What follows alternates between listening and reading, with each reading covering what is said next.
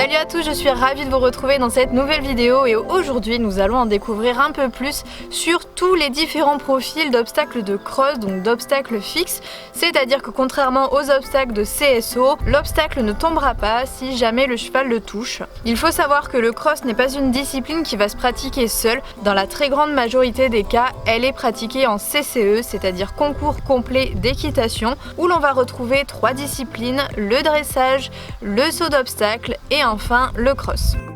Il y a plusieurs catégories d'obstacles de cross, comme on peut le retrouver également à l'obstacle classique, notamment sur les auxerres, les verticaux, les spas, etc. On va avoir vraiment différents profils. Sur le cross, c'est exactement la même chose. Nous allons retrouver des obstacles de volée, des obstacles de terre, des obstacles d'eau également, des obstacles verticaux, des panoramiques et enfin des directionnels. Chacun de ces profils va s'aborder d'une façon différente, d'une façon bien spécifique à chaque type d'obstacle.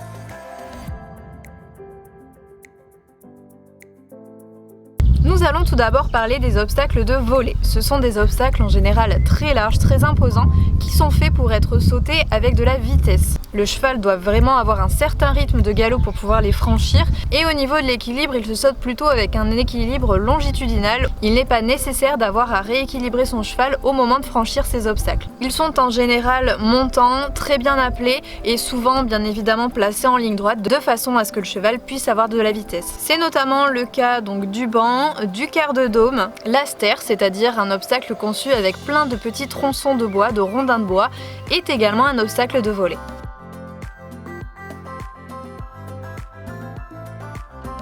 Nous avons également les obstacles de terre. Ceux-là sont assez simples à comprendre, il s'agit de tout obstacle qui va être fait d'une montée, d'une descente ou d'un creux, c'est-à-dire d'un trou par exemple. Nous allons notamment prendre en compte les buts, les contrebas, les contre-hauts et comme je vous l'ai dit, les trous. Pour franchir ces obstacles, il est important en général de fort réduire sa vitesse pour que le cheval ait le temps de savoir un petit peu où il met les pieds et il est important de le laisser libre devant également au niveau de l'encolure afin qu'il puisse l'étendre suffisamment s'il en a besoin.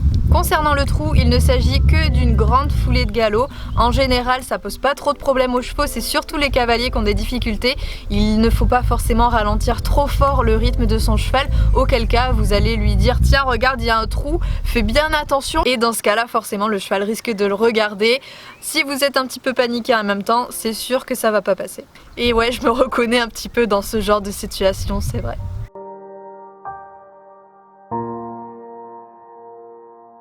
Nous avons ensuite les obstacles verticaux. Eux aussi, il faut vraiment faire attention à la vitesse que l'on a, il faut vraiment rééquilibrer très fort le cheval pour que l'on puisse les passer correctement. Ce sont des obstacles très difficiles pour les chevaux. Il faut bien les placer pour que l'obstacle soit respecté puisque effectivement ça va leur demander de prendre de la hauteur plus que de la largeur. Si le cheval va trop vite et qu'il n'est pas rééquilibré, forcément il sera sur les épaules et n'aura pas suffisamment le temps de se redresser au moment de l'abord. C'est important qu'il ne soit vraiment pas sur les épaules pour aborder ce type d'obstacle. Il est aussi essentiel de maintenir l'impulsion impérativement puisque si vous venez avec un cheval mou sur un obstacle vertical, il n'aura pas non plus la force de sauter. Rééquilibrer ne veut pas dire freiner.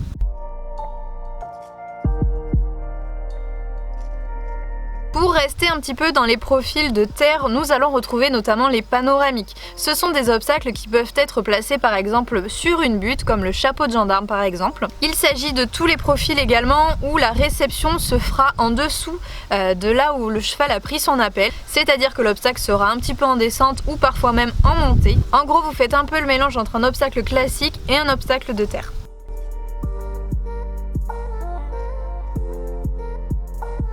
Nous avons également les obstacles d'eau. C'est facile, ce sont des obstacles qui contiennent de l'eau, donc où vous allez sauter ou vous allez réceptionner dans de l'eau, par exemple dans un gué.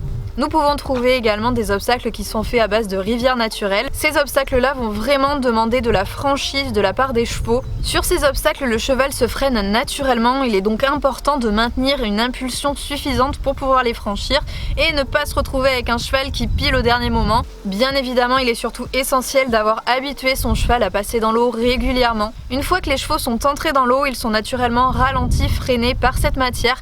Il est donc important de continuer à maintenir l'impulsion une fois dans l'eau, sinon l'allure de votre cheval va s'éteindre, il va repasser au trot et c'est vraiment pas ce que l'on veut, notamment si on a un obstacle qui vient derrière, au milieu de l'eau. Peu importe, c'est vraiment important encore une fois de maintenir l'allure.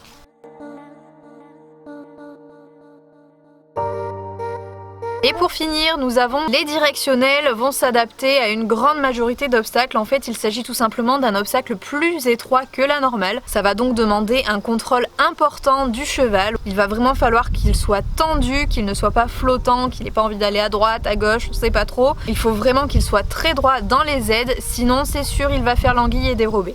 Le directionnel le plus classique, c'est de placer tout simplement un tonneau sur le côté, c'est le directionnel parfait. Après, vous pouvez retrouver énormément de profils comme une pointe. Et personnellement, ça c'est vraiment des obstacles que j'adore parce que la direction Bali, c'est le roi pour ça. À chaque fois, je sais que ça va passer. Si ça passe pas, c'est vraiment que j'ai fait une grosse bêtise. Et personnellement, ce sont mes obstacles préférés. Et voilà, du coup, j'espère que cette vidéo vous aura plu. N'hésite pas à me dire toi aussi quel est ton obstacle de cross préféré et si tu as déjà fait du cross ou pas, parce qu'effectivement tout le monde n'a pas la chance de pouvoir goûter à cette discipline qui est ma foi géniale. Personnellement je l'adore, donc n'hésite pas à me partager ça en commentaire. De mon côté je vous fais à tous de très gros bisous et je vous dis à très vite dans une prochaine vidéo. Salut!